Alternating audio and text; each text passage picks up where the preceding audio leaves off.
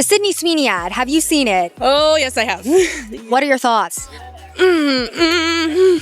Trying to calm myself. And also the one who's like, "Ooh, I just gotta compose myself. Oh, I gotta try not to crash out because you mentioned this commercial that offends me." It's like, oh my gosh, these people are not well. Okay, guys, now we gotta check in with our favorite group, which is crazy woke white women. It's really a special bunch, but they are still losing it over the Sydney Sweeney American Eagle ad. You know, that horrible jeans commercial that had so many people on the internet losing their crap. And this one woman decided that the best way to fight back against this fascism or whatever is by calling random customer service lines in India and berating random people who barely speak English. You really have to see it to believe it. Let's look at this video. Sydney Sweeney has very canes. Let the real you shine. Para continuar en español, por favor presione el 1. Pour continuer en français, appuyez The balls sur to have 2. this in so many languages. Hi, thanks for calling American Eagle. This is Jess. How can I help today? Hi, first I just want to let you know I record all calls that record me, so I am also recording. I am a marketing student and was wondering if I could speak to someone who could maybe give me some insight as to what estimated return on investment there has to be willing to use white supremacy and eugenics as your marketing campaign. On a marketing campaign? Yes, I recently saw American Eagle's eugenics marketing campaign where they used that white blonde girl and talked about how good her genes were in a time where racism is rampant in the U.S. and we're imprisoning non-white people in camps. So I'm wondering, like, how much return on investment American Eagle thinks they're going to get that made them willing to sell out our country to white supremacists. Mm-hmm. I see. Thank you for taking time to share your feedback. This is so funny to me on so many levels. I mean, not only is this woman clueless. I mean, there's nothing in that commercial that embraces white supremacy, nothing about eugenics. It's a play on words. I already talked about this, between jeans, and they're just trying to show off a hot girl and make people want to buy their jeans. Maybe it backfired, but a lot of these people are reading way too much into it and acting as if this company that literally just last month in June put out, or I guess 2 months ago now, put out all these ultra progressive pride commercials is some like fascist collaborator. It's just mostly a figment of their imagination. And I just find it so hilarious how this person called a customer service helpline for like returns or purchases or whatever, and it's like, I'm a marketing student and I like would like to speak to your marketing people and demand to know how much return on investment they need for being literal Nazis. Like, that's not a thing. You don't just call up companies and get to speak to their directors of marketing and like give them your opinion as a marketing student. The audacity and the entitlement of this woke Karen is really remarkable. And this poor woman on the other line is clearly so confused. Let's watch the rest of this. If you would like to leave a feedback based on our campaign or the promotion today, you can visit our AE or please visit our feedback button on AE.com. Okay. To provide your feedback directly to our team.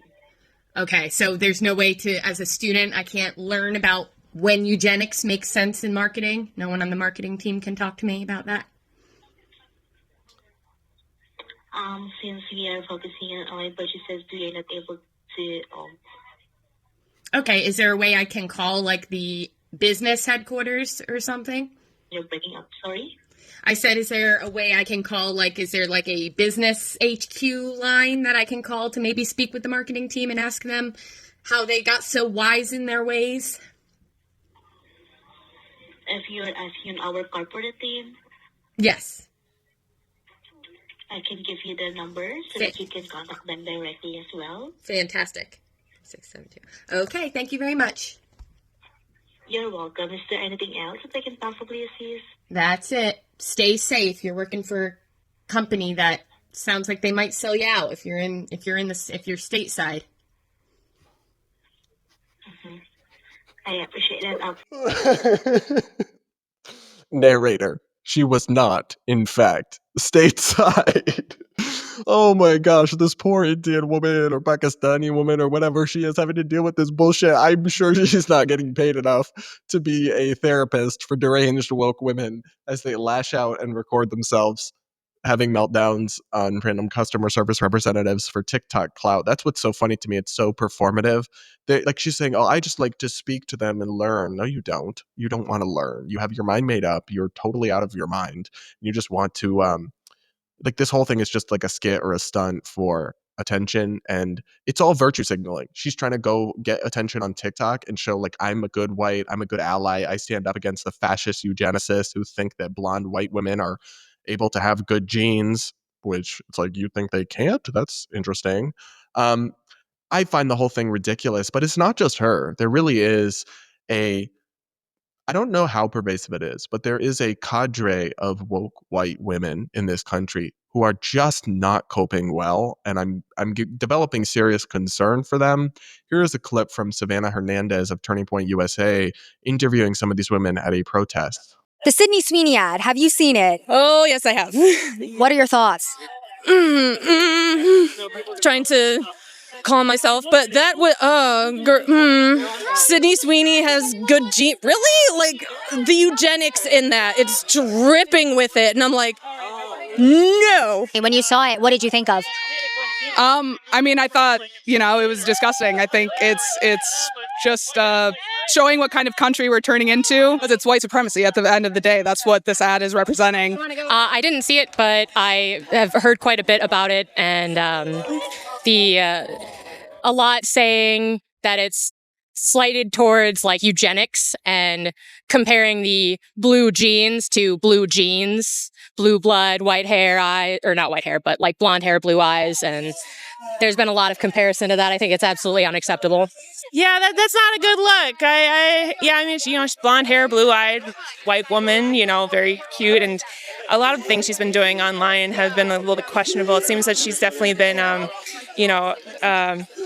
pandering to a certain group of men online. I've seen parts of it, not the whole thing. I understand why people are offended.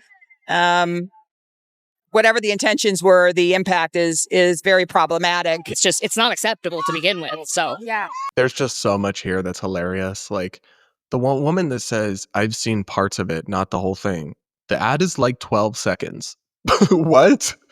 And also the one who's like, "Ooh, I just gotta compose myself. Oh, I gotta try not to crash out because you mentioned this commercial that offends me." It's like, oh my gosh, these people are not well. How do they exist as adults? How do they hold jobs? Like, if you can't even compose yourself to give an opinion on a jeans commercial without having a little crash out, like you might be beyond helping. I don't know. I find the whole thing absurd, but it's funny because there's been this push by Democrats to claim that the whole outrage is like fake, manufactured by Republicans. And I will say that I do agree with the criticisms of like JD Vance and other people are saying like the Democrats are triggered by Sydney Sweeney's jeans commercial and they're assigning that to the whole party when in reality there haven't been like elected officials in the Democratic Party that have spoken out about this or anything. It's not something the party has taken up, but progressives across America are upset about it. They are losing their crap. And you can see it in clip after clip, in viral video after viral video. It is all over TikTok, millions and millions of likes on videos, unironically, dead ass calling this eugenics because it mentions genetics of one person being good or attractive or desirable in any way, and that person happens to be white. So it can be true, like two things can be true at the same time. One being that there is not, in fact, the Democratic Party putting out tweets about how upset they are about Sydney Sweeney, but also that like it's not something, the backlash to it is not a conjuring of the Republican imagination either. The whole thing is absurd. And once again, I'm getting worried about the woke white women in America because they're not coping well. What do you guys think? Let me know in the comments.